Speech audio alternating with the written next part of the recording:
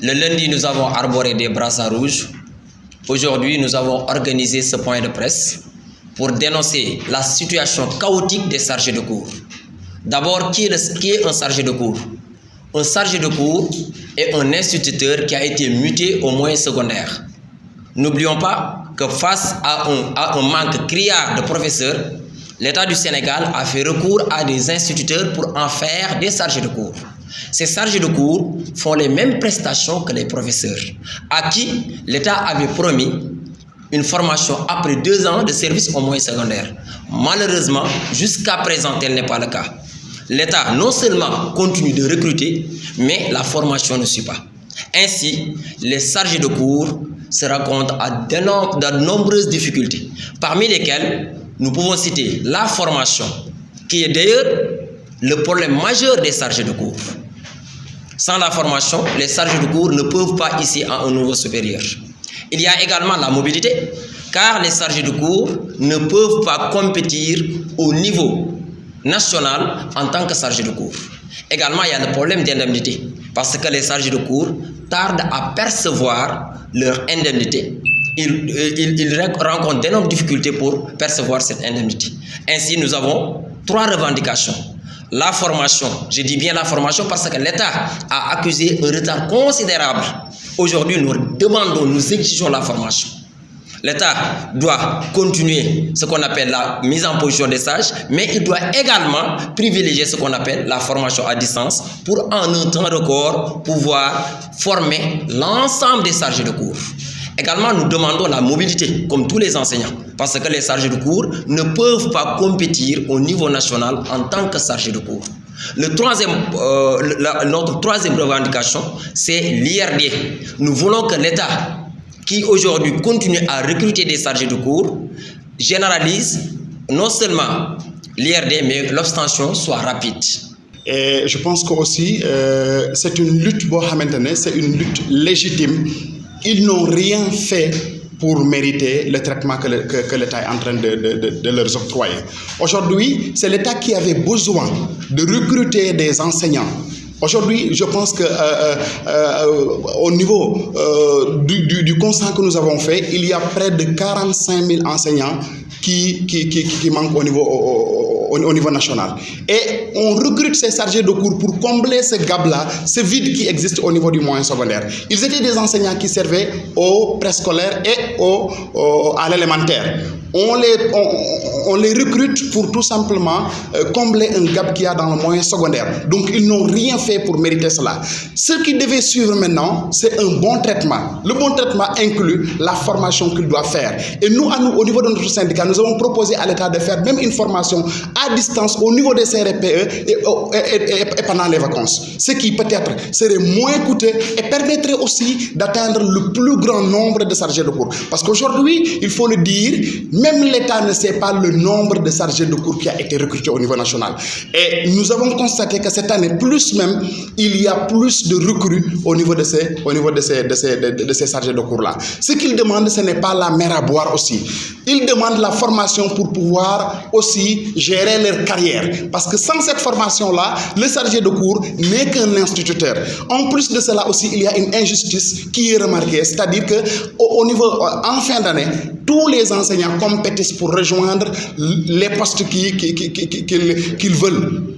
Par exemple, un enseignant peut être à Fongolemi, avec les points qu'il a pu totaliser, avec l'expérience qu'il a pu totaliser, il peut compétir pour venir par exemple à Thiès. Maintenant, on leur demande, on leur dit qu'eux, ils n'ont pas le droit de compétir au niveau national. Ils ne peuvent que se limiter dans l'académie, alors qu'ils ont toutes les potentialités, tous les points qui les permettent de faire cette compétition pour pouvoir au moins rejoindre leur famille. On leur interdit ça. Ensuite aussi, on leur donne pas la formation, en tout cas pour les informations que nous avons au niveau du ministère de l'Éducation, ils ne sont pas encore prêts à faire cette formation parce que tout simplement, ils ne sont pas aussi sûrs du nombre qui est en train d'être recruté et ils ne peuvent pas empêcher le recrutement parce qu'on les recrute au niveau des IA et c'est parce que tout simplement les IA aussi n'ont pas d'autre solution autre que ce recours-là. Donc nous appelons et nous lançons un appel solennel au gouvernement du Sénégal, plus particulièrement au ministère de l'Éducation pour qu'il éradique ce fléau-là parce que c'est un problème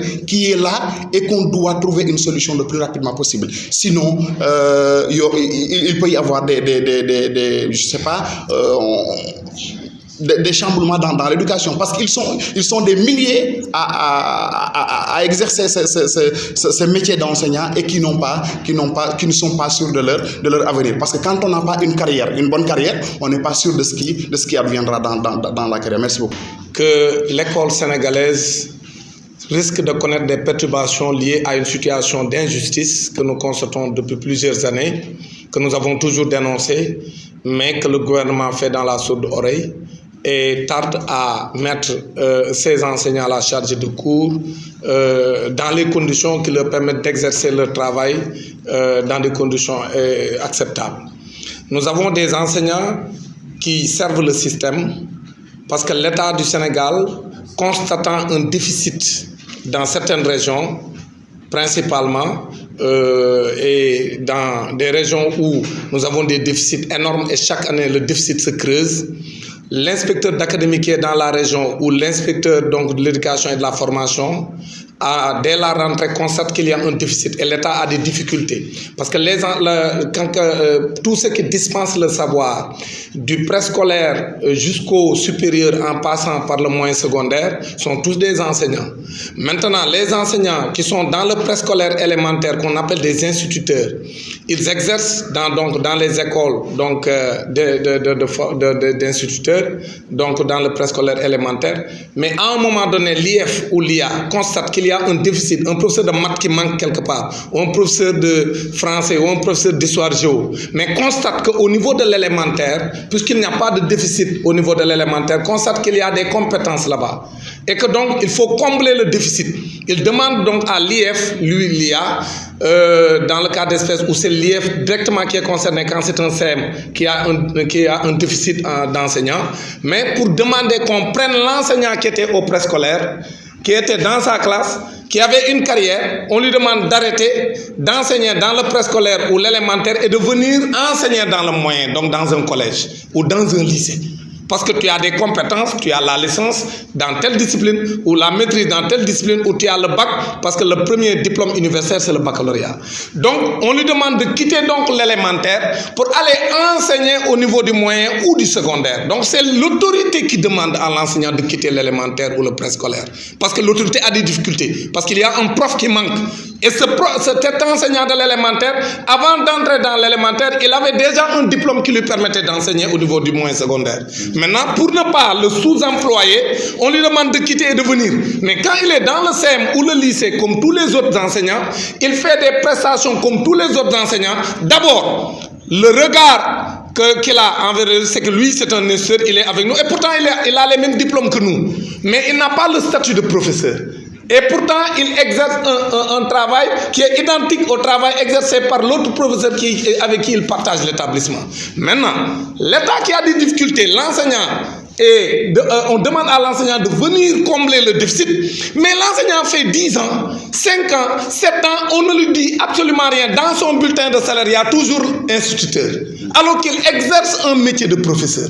Parce qu'il a les compétences. Mais ce qu'on demande pour dire aux Sénégalais, de façon simple et claire, on ne demande pas de l'argent, on ne demande rien du tout. Ce qu'on demande, c'est que cet enseignant-là, qui était au niveau du préscolaire élémentaire, et l'autorité administrative constate qu'il a les compétences pour aller enseigner dans le moyen ou le secondaire, dans un collège ou un lycée, et il est là-bas en train de faire un excellent travail. Ce qu'on attend de l'autorité, c'est-à-dire le ministère de l'Éducation nationale, c'est qu'on permette à cet enseignant-là, sans sortir des classes, mais avec la formation à distance qu'on appelle les FAD, qu'il puisse faire sa formation et qu'on le reclasse comme professeur parce qu'il exerce le métier de professeur, il n'est plus instituteur. Maintenant, qu'on le forme à distance, parce que le nombre est tellement important qu'ils vont dire qu'il ne peut pas quitter les classes. Nous sommes d'accord, on est d'accord que les enseignants restent dans les classes, mais quand ils terminent leur cours à 13h, ils peuvent prendre leur ordinateur et faire leur travail. Et on les forme à distance. Et l'État a commencé ça avec l'école normale supérieure FASTEF.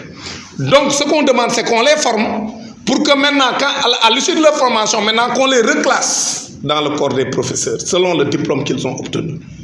Donc, s'ils sont PCMG, qu'ils soient reclassés comme PCMG.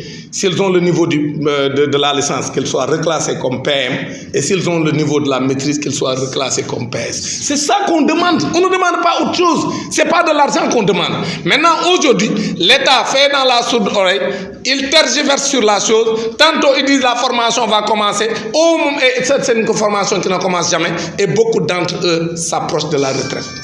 Et quand ils sont dans le moyen secondaire, ils n'ont plus d'avantages. D'abord, même l'IRD, donc l'indemnité de recherche documentée qu'on accorde aux enseignants du moyen secondaire, il y a un accord qui lie le gouvernement avec, parce que c'est nous qui avions signé en 2007 cet accord-là, ça lie le gouvernement. Mais ils font dans les lenteurs administratives, si bien que beaucoup de chargés de cours peinent à entrer dans leurs émoluments. Donc ça également, c'est du sabotage. Ils en ont droit, ils le savent. Ce n'est pas une question de généralisation. Ils savent qu'ils ont droit à l'IRD. Mais ils prennent leur temps avant de leur donner d'octroyer cet IRD-là. Et ça, c'est inacceptable.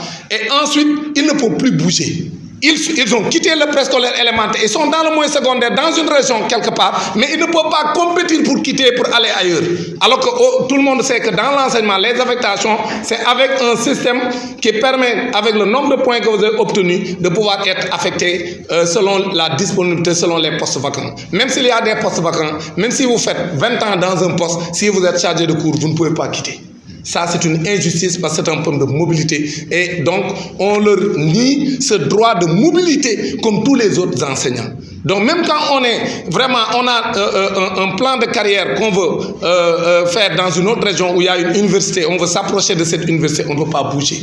Donc ça également, c'est une injustice. Donc c'est pourquoi aujourd'hui, ce que nous voulons dire devant tous les Sénégalais, c'est que nous ne l'accepterons pas. Qu'on précarise la situation des enseignants chargés de cours. Ce que nous exigeons du gouvernement du Sénégal, c'est que des instructions fermes soient données par le président de la République Macky Sall à son ministre de l'Éducation nationale en rapport avec tous les services de l'État pour que les instructeurs chargés de cours puissent faire leur formation et qu'ils puissent être reclassés. C'est ça que nous exigeons. S'ils ne le font pas, on ne peut pas enjamber l'année scolaire 2022-2023 sans régler ce problème. C'est un problème qu'ils doivent régler. S'ils ne le font pas, nous, en tout cas, le Cusems authentique, on parlera avec qui de droit, mais nous prendrons nos responsabilités et nous lancerons un plan d'action pour exiger le démarrage de la formation des chargés de cours. Ça, nous le disons devant tous les Sénégalais. S'ils pensent que l'année scolaire sera apaisée, ils se trompent s'ils ne règlent pas ce problème-là parmi tant d'autres problèmes. Il faut que les chargés de cours commencent leur formation et pas des nombres insignifiants. Nous voulons l'absorption de l'ensemble des chargés de cours dans un délai raisonnable. Mais nous n'accepterons pas qu'on nous donne des nombres qui ne permettent pas d'absorber le nombre des chargés de cours, si bien que beaucoup d'entre eux iront à la retraite comme chargés de cours. Ça, nous ne l'accepterons pas. Donc, ce que nous exigeons, c'est l'absorption pluriannuelle dans un délai raisonnable pour que tous les chargés de cours puissent être formés et qu'on puisse avoir une année scolaire apaisée, qu'on nous propose une feuille de route claire. S'ils ne le font pas, nous le disons aux Sénégalais, nous sommes désolés. Mais quand on va entrer en 2023 sans qu'il y ait une feuille de route pour la formation des instructeurs chargés de cours, nous serons obligés de lancer un plan d'action pour exiger cette formation-là et ce reclassement.